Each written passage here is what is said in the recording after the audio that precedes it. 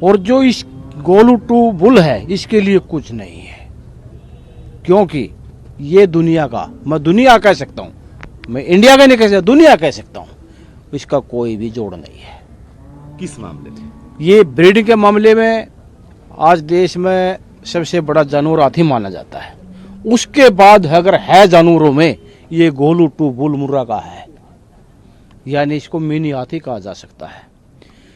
10 करोड़ की बात आई, इसका सीमन इस देश के अंदर इतनी लागत है बहुत ज़्यादा, और जो पर स्ट्रा है यानी पर सीमन है वो 300 के हिसाब से हो जाता है।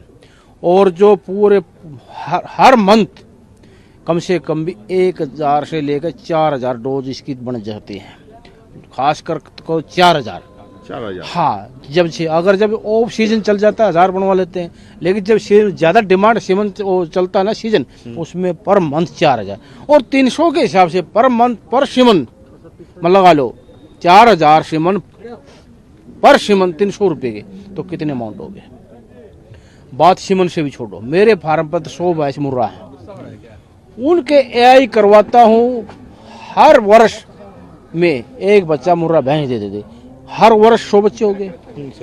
100 बच्चे कम से कम भी अगर 6 मंथ का भी 10 लाख रुपए में कितने रुपए हो गए। इससे भी छोड़ो, रही कंपटीशन, जहां भी कैटल शो होता है यानी पशु प्रदर्शनी होते, उसमें प्रतियोगिता में भाग लेता, इसका वहां कोई भी मुकाबला नहीं है। तो वहां से जो इनाम की राशि वो भी काफी लाता है। और इस बात का भी छोड़ो, 25 साल हो लिए मैंने इस क्षेत्र में काम किया, पशुपालन। ये हमारी तीसरी पीढ़ी है, चौथी पीढ़ी में हमारे फार्म पर पैदा होगी। जितनी जनता है इस देश की, उसका हमें सभी जनता वासियों का सबको प्यार मिला हुआ है। अगर ये गोलू टू में खासियत नहीं होती, आप लोगों के बीच में नहीं हो पाता मैं, तो इसमें खासियत है, हर तरह की खासियत है, हर तरह की।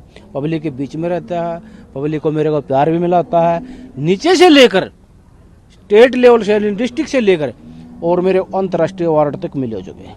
और भारत सरकार ने 2019 में इसी क्षेत्र में पद्मश्री अवार्ड भी दिया है।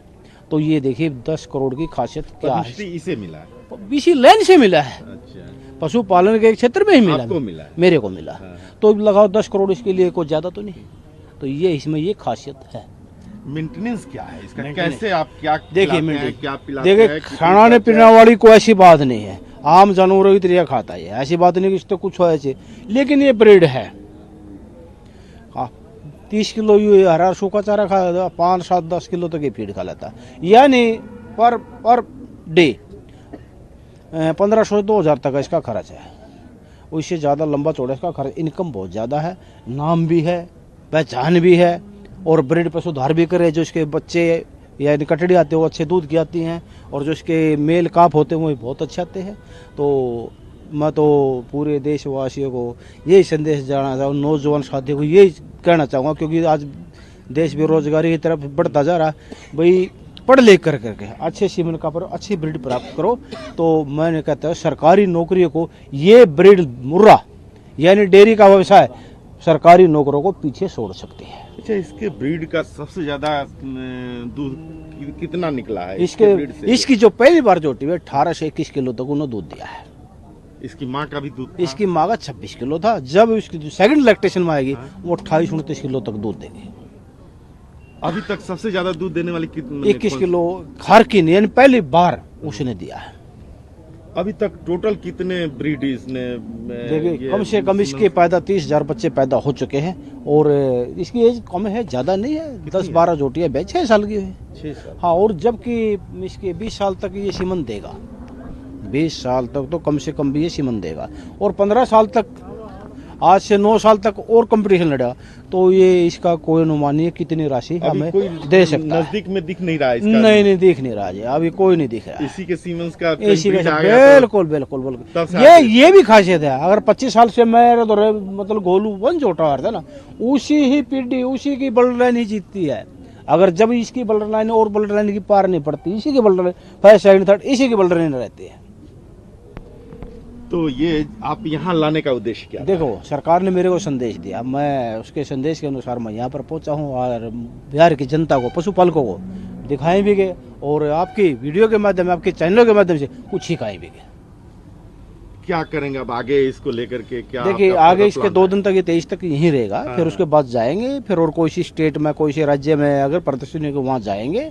तो ये तो चलता रहता है, मतलब हमारी 4 पहिए हुई गाड़ी में बैठता है और चलती रहती है। आपकी कौन सी पीढ़ी है ये तीसरी पीढ़ी, चौथी पीढ़ी भी आ चुकी मेरे पास। इसकी भी चौथी पीढ़ी आ गई और और ये आपकी? तीसरी पीढ़ी चौथी पीढ़ी मेरे फार्म में है। वो भी अपनी एज में प्रथम आता रहता है।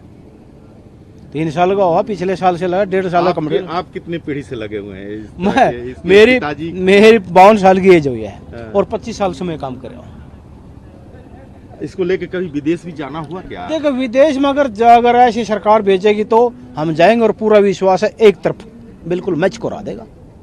आपने प्रयास किया कि इसको नहीं, प्रयास नहीं, क्योंकि कंपटीशन में किसी को बुलाया जाए या फिर किसी को? प्रयास नहीं, क्योंकि अब तक सरकार की दूसरे देशों में भेजने की कोई भी प्लान नहीं है। क्योंकि क्या चाहते क्या है? क्योंकि जो मुर्रा ब्रीड है वह इंडिया तक सीमित है। हर देशों में अलग अलग ब्रीडें हैं। जैसे कुछ देशों में तो काऊ पे है, क्योंकि वहाँ का जो मौसम है बहुत माइनस में है, यानी ठंड है। वहाँ जो जितने माइनस में मौसम, वहाँ तो मुर्रा ब्रीड नहीं चल सकते, वहाँ काऊ ही चलेगी। तो अभी आप सोचते हैं कि इसको बाहर ले जाना चाहिए, कंपटीशन में और लाना चाहिए, इसका और पॉपुलरिटी? देखो मेरी तो सोच है, लेकिन मेरी इतनी बड़ी बात तो नहीं कि जो मैं बाहर लेके चला जाऊँ विदेशों में। हाँ, लेकिन विदेशों में चर्चाएं हैं, चर्चा है। इसके दादा की भी चर्चाएं थी। विदेशों से जो भी मतलब पशुपालन डेयरी के संबंधित जो लोग हैं, अगर वो इंडिया के अंदर विजिट करते, वो गोलू डेयरी फार्म गाँव डिडवा डिस्ट्रिक्ट पानीपत हरियाणा में वो पहुंचते हैं। कितने लोग विदेशी आए हैं मेरे पास 11 देशों की टीम आ चुकी है और 11 देश मेरे को अवार्ड दे गए। सबसे बड़ी देश कौन सी होगी उस अवार्ड देने वाले में? आपको देखो, लगता है कि सबसे बड़ा देश मैं तो जहाँ देखो दूसरे देश है, मैं जनगणना तो ले नहीं रहा। नहीं बड़े देश न मैं क्या कहा जो हाँ मेरे जैसे ब्राजील भी आया है, जो कि ब्राजील दूध के उत्पादन में सबसे आगे है, वो भी पहुंचे मेरे पास। तो क्या इसका सीमेंस ले गए हैं या नहीं, फिर? सीमन तो नहीं ले गए हैं, हाँ। लेकिन देख तो गए हैं, मेरे को अवार्ड देख गए हैं। ठीक है, इनवाइट करने किए? थैंक्स, इनवाइट किए थे?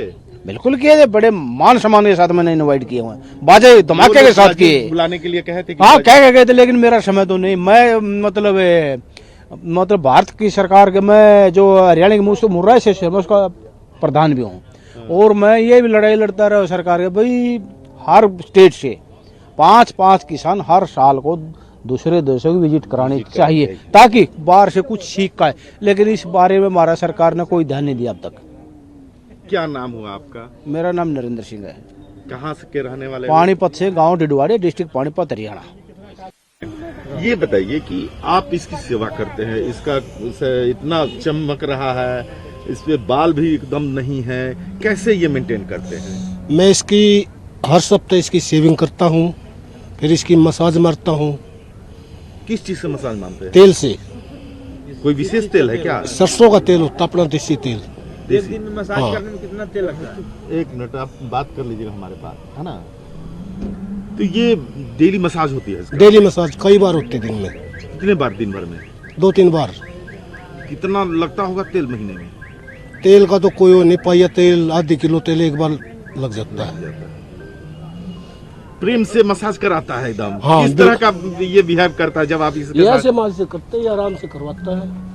ये कैसे कान कौन उठा लेता है, सब बिल्कुल सारी मालिश, सारे को कोई नहीं करता।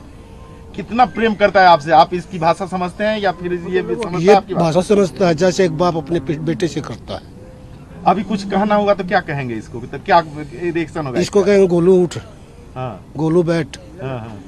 ऐसे चल, ये सब कुछ समझता है। अच्छा, अभी बोलिए तो उठने के लिए जरा सा हैं? देखें। अब ये थकावट मारा, सारा दिन का खड़ा, अच्छा, दिन भर खड़ा रहा। दिन भर का खड़ा। और क्या क्या ये आदेश मानता है और आप इसको क्या क्या सेवा करते हैं? सेवा मैं इसकी कटिंग करता हूँ, हेयर कटिंग, इसकी मसाज मारता हूँ, ये सेवा मैं करता हूँ।